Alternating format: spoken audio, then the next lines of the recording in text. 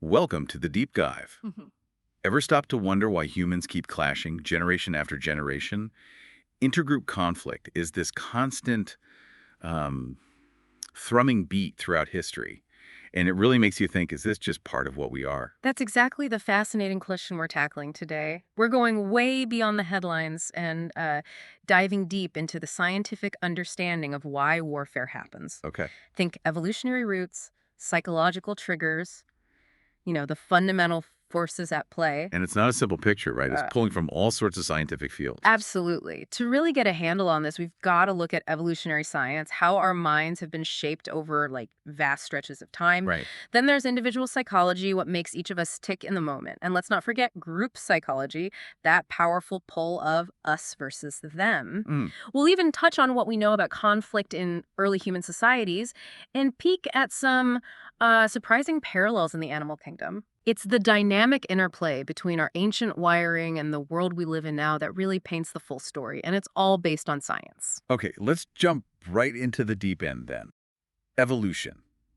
How could something as, well, destructive as war have actually been beneficial for our ancestors, according to science? Well, the core idea based on evolutionary science is that behaviors that boost survival and reproductive success tend to stick around. Uh-huh. Picture our ancestors competing for the basics: food, water, safe shelter, and of course, mates. These were huge selection pressures. Okay. Groups that were good at defending their resources or maybe acquiring new ones through organized aggression, well, they might have simply had a better chance of surviving and passing on their genes. So it was about getting ahead in the most fundamental way, like basic survival. In a fundamental evolutionary sense, yes. And then, when agriculture came along bringing stored wealth and settled territories, the stakes likely got even higher. Right, more to fight over. Exactly. Suddenly, there were bigger potential rewards to be gained through conflict. But it wasn't just about, filling the pantry. Status and access to mates were also crucial drivers. Status and mates. Okay. And let's not overlook revenge. That powerful urge to retaliate, which we see across cultures, could have deep evolutionary roots. How so? Like deterrence. Yeah, potentially as a way of discouraging future aggression. If attacking you brings a swift and costly response, maybe others think twice. So in the grand sweep of evolution, these drives for resources, status, mates, even revenge, they all kind of funnel down to the ultimate biological imperative, Mm. having offspring. That's a bit grim. That is the engine of evolution, yes. These other motivations are often the means, the proximate mechanisms to that ultimate reproductive end. Okay. Now, you mentioned earlier how cooperation within a group can be linked to conflict between groups. That sounds totally backwards. How does that work scientifically? It is fascinating, isn't it, how our capacity for teamwork within our own circle can actually fuel conflict with those outside it. Let's start with kin selection. There's a biological principle. You might have heard of Hamilton's rule. Basically, it suggests altruism towards relatives can evolve if the benefit to them, multiplied by how closely related we are, outweighs the cost to ourselves. Right. Helping family helps your shared genes. Precisely. Early human groups were likely close-knit families, or at least kin-based clans, so this provided a fundamental biological basis for sticking together and defending our own blood. Family first, even way back then. Makes sense. Absolutely. But our cooperative spirit extends beyond just family. That's where reciprocal altruism comes into play. Okay, helping non-relatives. Exactly. This is about helping non-kin with this sort of implicit expectation that they'll return the favor down the line. It's like, I scratch your back, you scratch mine. But that requires some complex thinking. Right. Oh, definitely. It requires some serious brain power. You need to recognize individuals, remember past interactions, keep track of debts, and crucially, detect anyone trying to cheat the system, taking without giving back. Like keeping a mental tally of favors. Sort of, yeah. But this system of give and take also has a darker side: negative reciprocity. Ah, getting even. That strong urge to retaliate when someone harms us or doesn't play by the rules. While it can deter bad behavior, it can also easily spiral into cycles of revenge and escalating conflict. And not just between individuals. No, between whole groups. So the very mechanisms that allow us to cooperate so effectively also contain the seeds of conflict. It's a real double-edged sword. This idea of parochial altruism sounds intense. Loving your own group and being hostile to outsiders at the same time. Is that really a scientifically supported concept? It's a hypothesis, a really influential one. Parochial altruism suggests that these two tendencies, strong in group cooperation and potential out group hostility, might have actually evolved together hand in hand. How would that work? The idea is that in environments where conflict between groups was frequent and maybe intense, individuals who were deeply cooperative and even self sacrificing for their own group, while also being wary, maybe even aggressive towards outsiders, might have had a survival and reproductive advantage. Their groups might have outcompeted other groups. So, according to this idea, conflict actually drove us closer together within our groups and made us more aggressive towards others. There's some evidence suggesting that when groups are in competition, things like in group loyalty, sacrifice, and cooperation can indeed increase. We rally together when faced with an external threat. Right, you see that all the time. But it's not a simple automatic equation. Just because you favor your own group doesn't automatically mean you'll hate or attack everyone else. That link is complex. Okay. Plus, what looks like a group acting for the common good might sometimes be driven by individuals seeking personal benefits within that conflict, like gaining status or resources or something like that. So it's complicated. The link between in-group love and out-group hate isn't guaranteed. Exactly. It really depends on the specific situation, the context, the perceived threats. It's a conditional relationship. Okay. Now let's talk about something pretty consistent across history.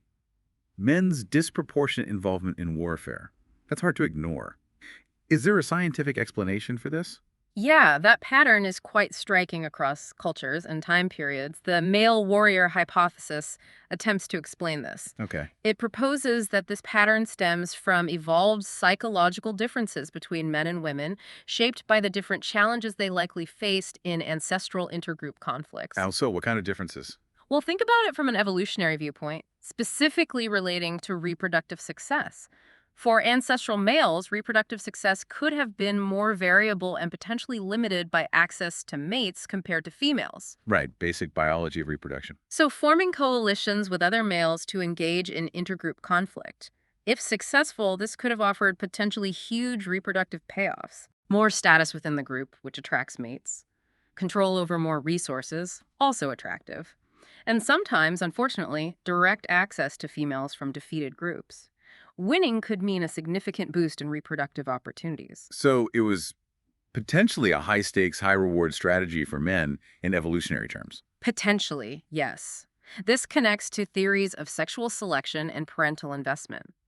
Because male reproductive success wasn't as biologically constrained by pregnancy and nursing, there was often, theoretically, more intense competition among men for mating opportunities. Coalitional aggression could have been one arena for that competition. Is there evidence supporting this? There's suggestive evidence. On average, men exhibit higher levels of physical aggression. Some studies suggest men show, again on average, greater suspicion or fear of outgroup males, a stronger preference for group hierarchies, and perhaps a stronger motivation to defend their in-group status or territory. And conversely, female responses might have been shaped more by avoiding dangers like sexual coercion during conflict. But this is crucial, right? These are tendencies, not destiny. Absolutely critical point. We're talking about evolved predispositions or tendencies, maybe slight differences in motivational thresholds, not hardwired determinism. These are statistical patterns, not rules for every individual. Culture, upbringing, individual personality, the specific situation, they all play massive roles in shaping actual behavior. It's never just biology. Okay, that's vital context. So those are some of the deep evolutionary roots. But what about the more immediate psychological factors, the things that actually get individuals to participate in conflict right now? Right, let's shift focus to the individual mind, the here and now psychology in the context of conflict. First off, the old idea of a simple aggression drive that just builds up pressure and needs release. Scientific understanding has moved way beyond that. Okay, so it's not like a steam kettle. Not really, no. Aggression is much more complex. It's a behavior influenced by a combination of biological factors, psychological learning and beliefs, and the specific situation someone's in. What kind of biological factors? Yes, things like genetics, certain gene variants like MAOA have been linked, though complexly, to aggression. Hormones play a role. Testosterone is often discussed, but its relationship with aggression is nuanced. Serotonin levels are also implicated, and brain structures are key, like the amygdala, which is involved in processing threats, and the prefrontal cortex, which helps regulate impulses and decision-making. And the psychological side. That involves learning. We learn aggressive behaviors through conditioning by seeing others rewarded for aggression. Our beliefs matter too. Do we think aggression is an effective way to get what we want? Our confidence in our ability to be aggressive, our self efficacy, also plays a part. And you mentioned different kinds of aggression earlier. Yes, that's an important distinction. There's effective or hostile aggression. That's the hot blooded, impulsive stuff. It's usually driven by anger or fear, and the main goal is simply to inflict harm, emotionally driven. Then there's instrumental or proactive aggression. This is more cold and calculated. Aggression here is used as a tool, a means to achieve some other goal, like gaining resources, territory, status, or intimidating rivals. It's planned, less emotional. And what triggers these? Negative emotions like frustration, pain, or fear can certainly be triggers, especially for hostile aggression, but it's not automatic. How we interpret those feelings and the situation in our minds, our cognitive appraisal, is really crucial. Ultimately, aggression is best understood as a flexible strategy, a potential tool in our behavioral toolkit, not some fixed instinct we can't control. Fear seems like a massive factor in conflict. How does our brain handle that based on the science? Fear and the perception of threat are incredibly powerful motivators, absolutely central to conflict. Neurologically, the amygdala acts like our brain's rapid response threat detector. The smoke alarm. Kind of, yeah. It instantly assesses potential danger and can trigger those immediate fight or flight responses. But then the prefrontal cortex, the more rational part of the brain, tries to step in, evaluate the threat more carefully, and regulate those initial impulses. And fear isn't just about getting hurt yourself. No, in conflict, fear operates on many levels.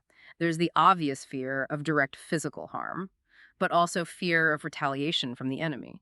And within your own group, there can be fear of punishment from superiors if you don't follow orders, or fear of social consequences like being seen as a coward. Right. From an evolutionary perspective, it makes sense that we might have a sort of built-in tendency, maybe a slight bias, to be wary of unfamiliar groups, especially unfamiliar males. In ancestral environments, strangers could pose a real threat. So preparedness, not necessarily hatred. Exactly, it's like a preparedness system. But this underlying bias towards caution or suspicion of outgroups is something that can be easily exploited. Propaganda and negative stereotypes can hijack this system, amplifying fear and portraying the other as an imminent danger. And obedience that seems crucial for large-scale war. How does that fit in psychologically, getting people to follow orders, even terrible ones? Absolutely critical. Large scale, organized warfare simply wouldn't be possible without our capacity for obedience to authority. Many individuals participate in violence not out of personal hatred, but because they see it as their duty within a hierarchical structure. They're following orders. Yeah. History is tragically full of examples where authority figures have compelled ordinary people to commit horrific acts.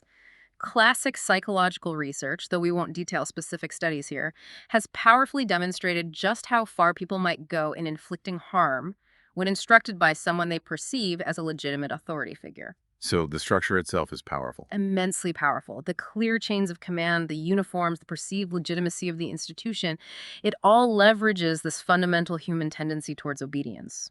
Understanding this is vital, both for military effectiveness and, crucially, for preventing atrocities. Okay. Now, our brains aren't always perfectly rational, are they? Especially when things get tense.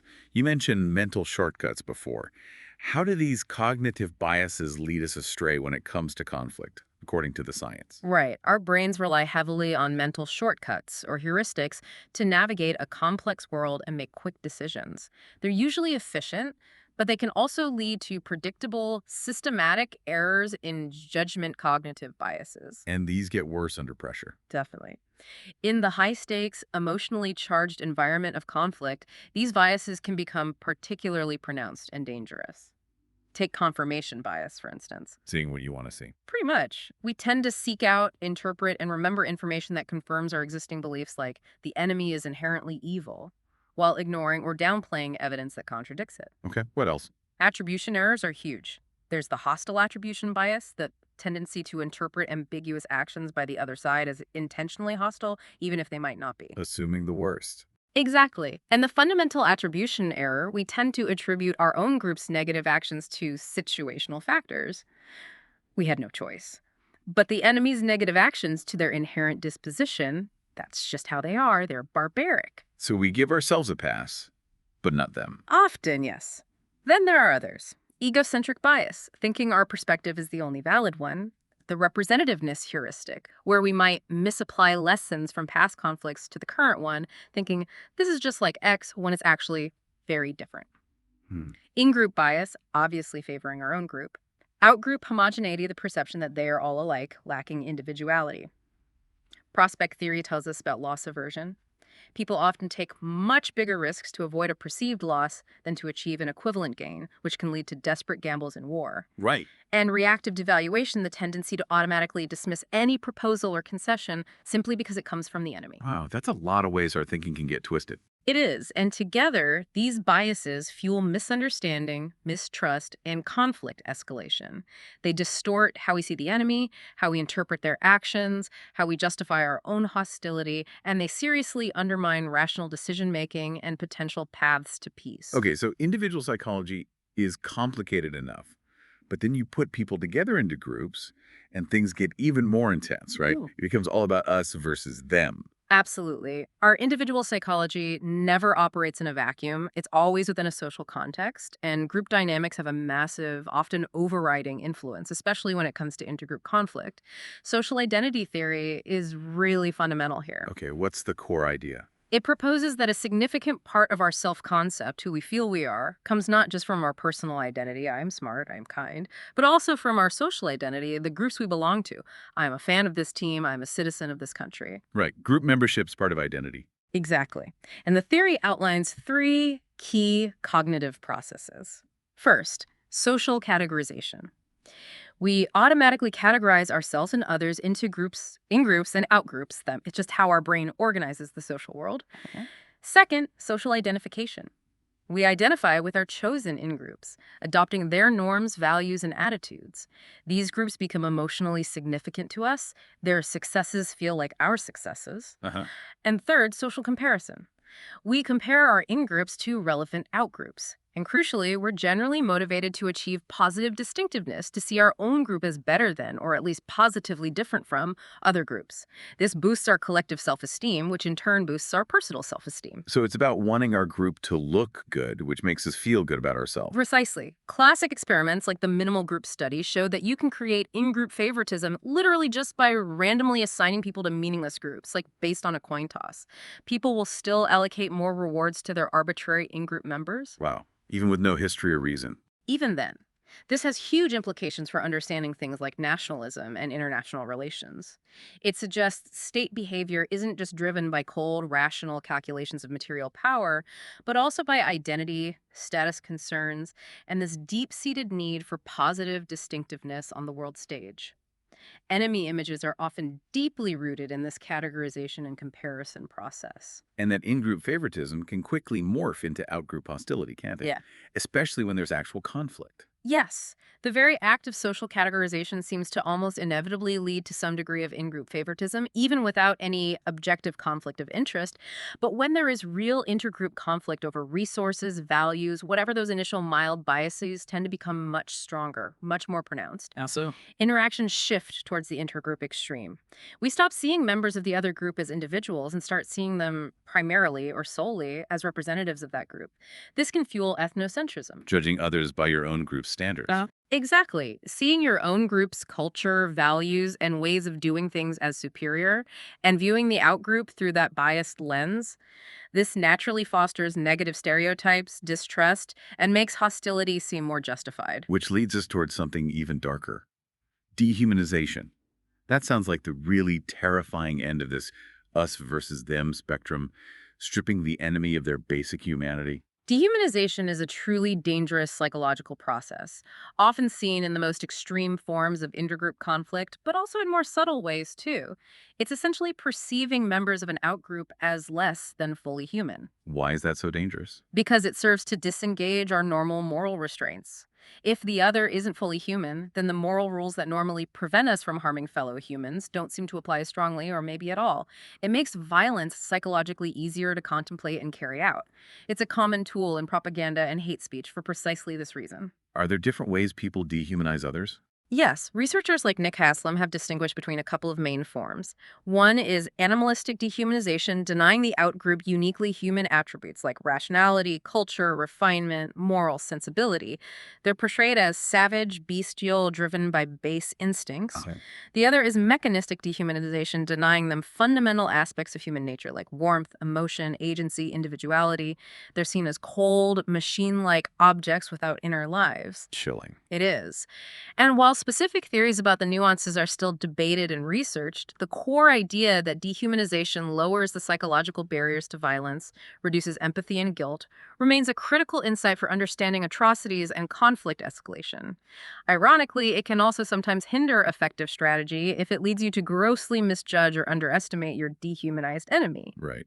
Okay, one more group dynamic, groupthink.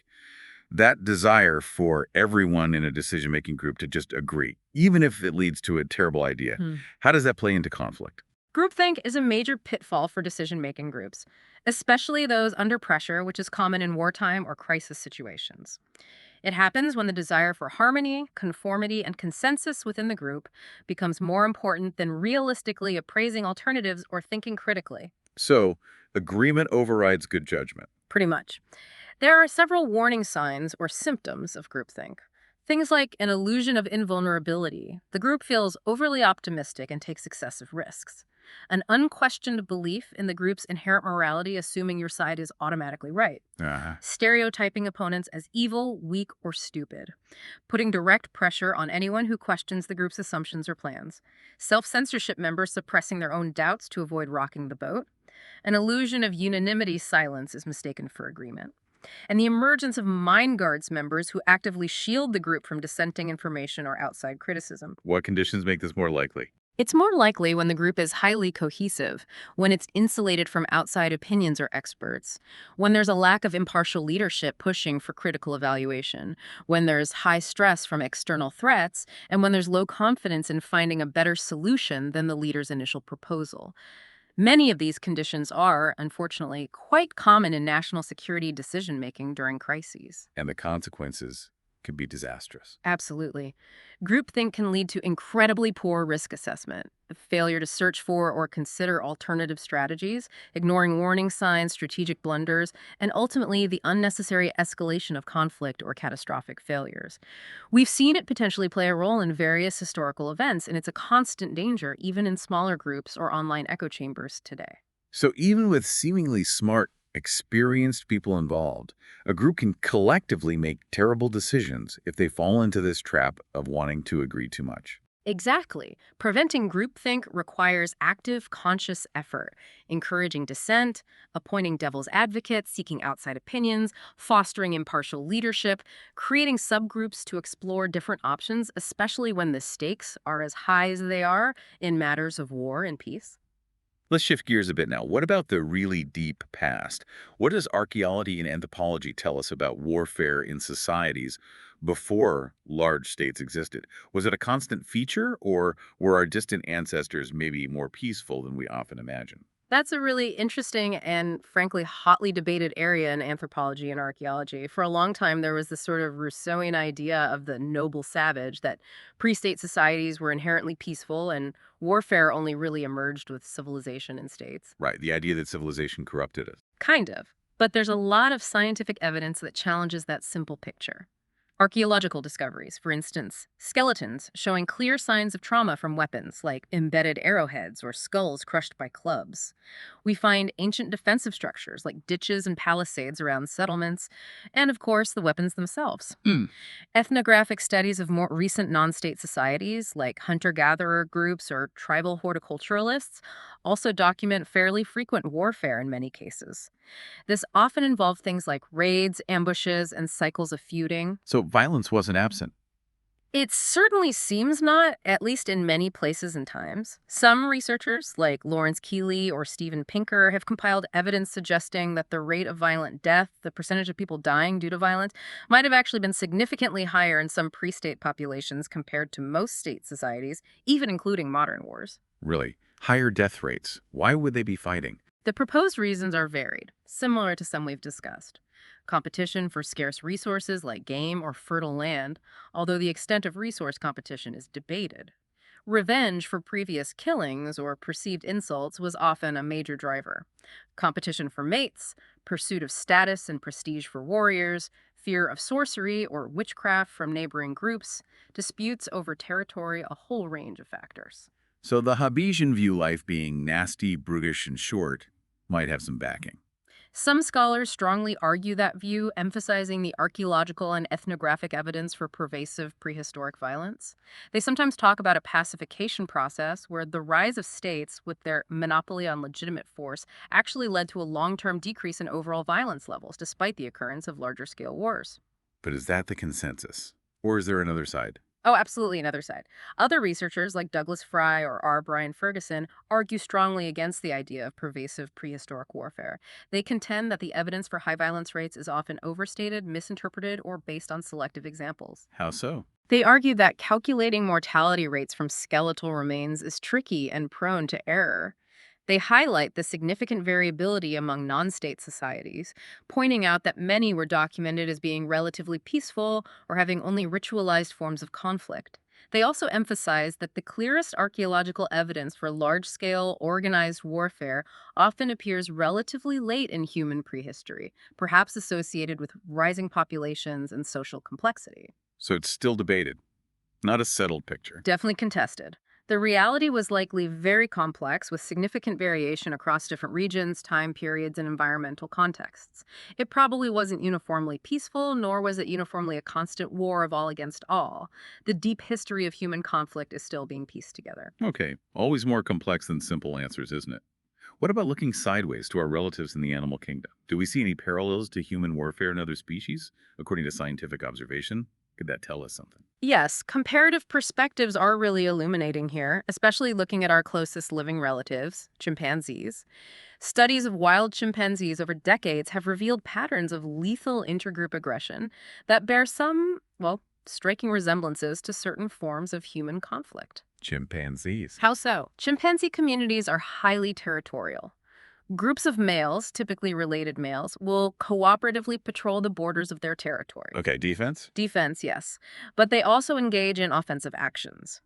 What's known as lethal raiding has been observed in multiple long-term study sites like Gombe and Kibale. Lethal rating, what did that involve? It involves coordinated groups of males making deep incursions into the territory of a neighboring chimpanzee community. If they encounter a lone individual, especially a male, from that neighboring group, they will often launch a coordinated, ferocious, and frequently fatal attack. Wow, that's startling. What seems to drive that behavior? Is it just random violence? It doesn't seem random. The leading explanation is the imbalance of power hypothesis, primarily associated with Richard Wrangham. The idea is that these attacks are most likely to occur when the raiding party has a significant numerical superiority over their potential victim or victims. So they attack when the odds are heavily in their favor.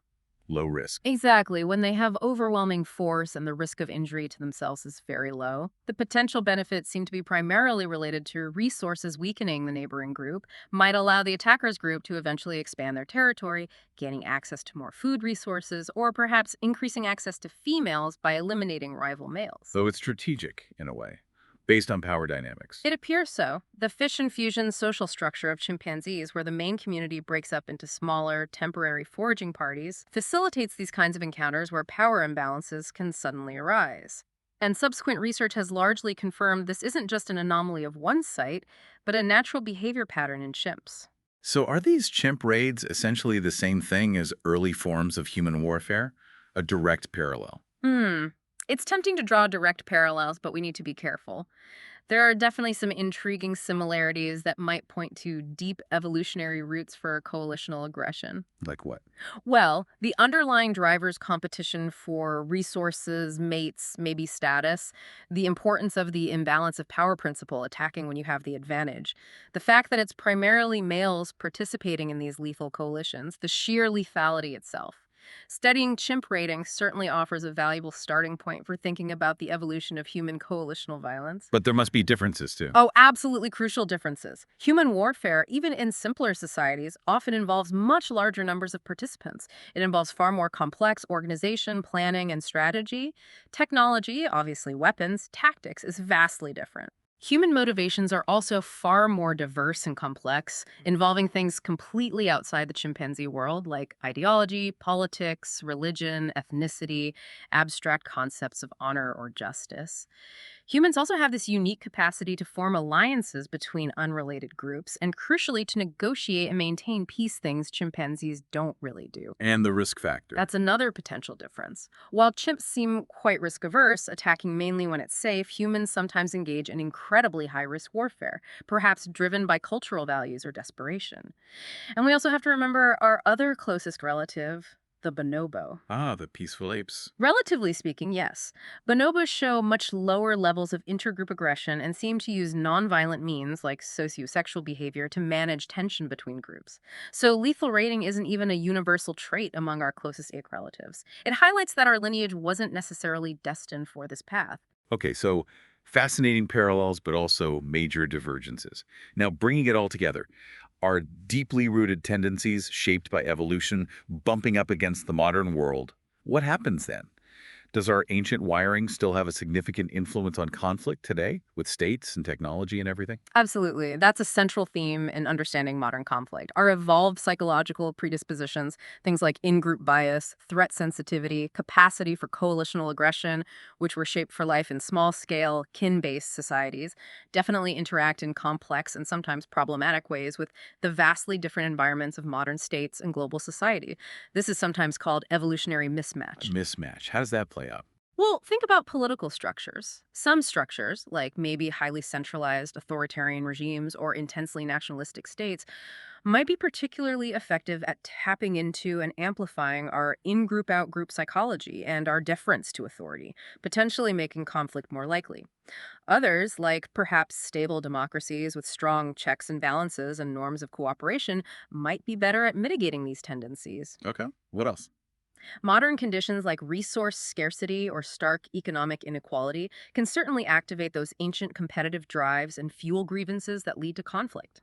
Ideology, political, religious, ethnic, provides incredibly powerful frameworks for defining who us and them are, for justifying violence, and for shaping collective memory in ways that perpetuate conflict. And technology must be huge. Immense. Modern technology, especially weapons tech, totally changes the cost benefit analysis of warfare. It allows for destruction on an unprecedented scale.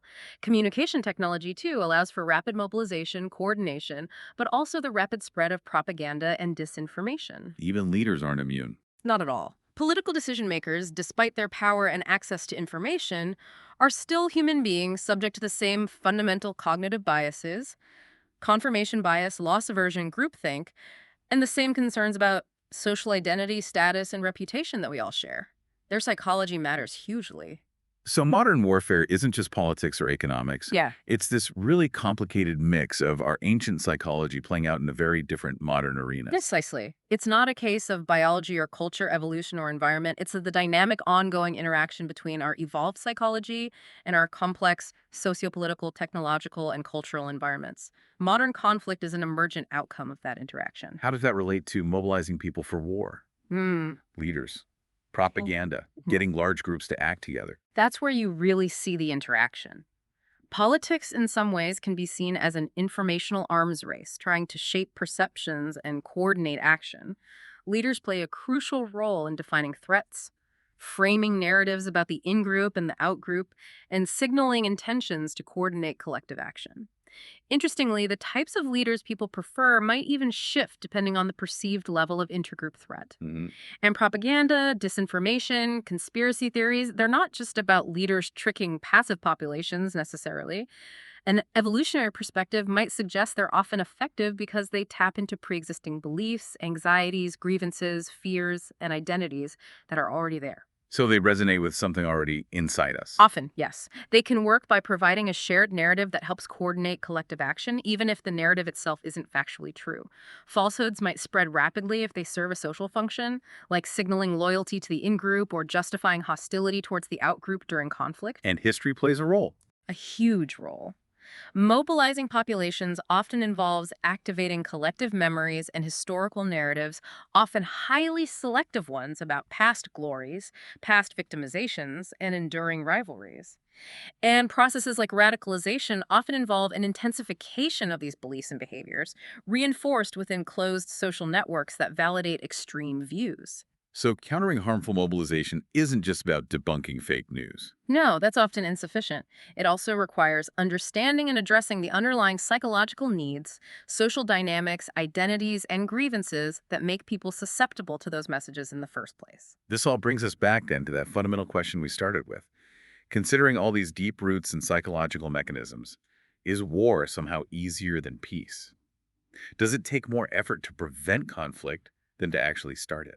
That's a really profound question. You could certainly make an argument that initiating certain kinds of conflict, maybe smaller scale violence or reacting aggressively, might sometimes seem psychologically easier in the short term, Wow. because it can potentially leverage some of our more automatic, evolved responses. That rapid threat detection system, our quick categorization into us and them, the strong impulse for negative reciprocity or retaliation, perhaps the male predisposition towards coalitional responses to perceived threats. In situations with a clear power imbalance, coordinating a quick raid or attack might seem relatively straightforward compared to the complexities of diplomacy. And the biases we talked about. Right. Our cognitive biases often lean towards suspicion, worst case scenario thinking, and justifying hostility, which can make escalation feel more natural or unavoidable than de escalation, which requires overriding those biases. But that feels like a very limited, maybe superficial perspective on easy, doesn't it? Exactly. That's looking at the spark, not the fire, and certainly not the long term consequences or the alternative. Initiating and, crucially, sustaining large scale organized conflict is an incredibly complex, costly, and difficult undertaking. What are the hurdles? Huge collective action problems, getting large numbers of people to cooperate and sacrifice, mobilizing vast amounts of resources, economic, logistical, human, managing the immense risks and unpredictable costs, both human and material. It requires immense organizational effort. So maybe starting a fight is easy sometimes, but winning or even just sustaining a war is hard. Very hard. And then think about peace. Insights from peace psychology are crucial here. They emphasize that war isn't inevitable. It's something that is constructed, which means peace is also achievable. But peace isn't just the passive absence of violence that's sometimes called negative peace. Okay. True, sustainable peace, positive peace involves much more. It requires establishing social justice, equality, cooperative relationships, and structures that address the root causes of conflict. That sounds complex. It is incredibly complex. Peace building is recognized as a long-term multi-stage process. It often involves dealing with trauma, rebuilding trust, fostering reconciliation, reforming institutions. Complexity theory is relevant too. Interventions can have unpredictable ripple effects, so building local capacity and adapting strategies is key. So building peace requires conscious effort. It doesn't just happen. Absolutely. It requires deliberate, intentional actions. Yeah. Peacemaking, negotiation, mediation, peacekeeping, maintaining ceasefires, protecting civilians, and long-term peace building, addressing roots, building institutions. It also requires psychological transformation, How so? overcoming the legacies of trauma, mistrust, dehumanization, and those cognitive biases we discussed. Actively promoting empathy, forgiveness where appropriate, reconciliation, finding what William James called moral equivalence of war, ways to harness our needs for belonging, purpose, and collective effort towards constructive, peaceful ends. And building cooperative structures, transforming adversarial relationships, creating effective conflict resolution mechanisms. So pulling it all together. While initiating some forms of conflict might tap into automatic responses, establishing and maintaining robust peace requires far greater complexity, conscious effort, psychological maturity, and sophisticated cooperation. I think that's a very fair summary. While our initial instincts might sometimes, unfortunately, nudge us towards conflict in certain trigger situations, building and sustaining real peace is arguably a much more complex, deliberate, demanding, and ultimately more sophisticated human undertaking. So what's the key takeaway from this deep dive then? I'd say it's that warfare clearly has deep roots in our evolutionary history and our fundamental psychology, particularly around competition, group identity, and threat response. And this is the crucial part of it. It is absolutely not an inevitable part of the human condition. Our inherent biases and tendencies exist, but they can be significantly amplified or effectively mitigated by the social, cultural, and political environments we create and inhabit. So understanding the science is key to making better choices. Exactly. Understanding these scientific underpinnings, the evolutionary pressures, the psychological mechanisms, the group dynamics, is absolutely crucial if we want to develop more effective strategies to prevent conflict, manage it when it occurs, and actively build a more peaceful future. It gives us clues about where the leverage points might be. Okay. So considering all these powerful psychological forces we've discussed, the biases, the group dynamics, the evolved tendencies, what specific science-based interventions, maybe at the individual group or societal level, do you think hold the most promise for actually fostering a more peaceful future? It really makes you think about the active role we all potentially play in this, doesn't it? Thanks for this incredibly insightful deep dive into such a critical topic.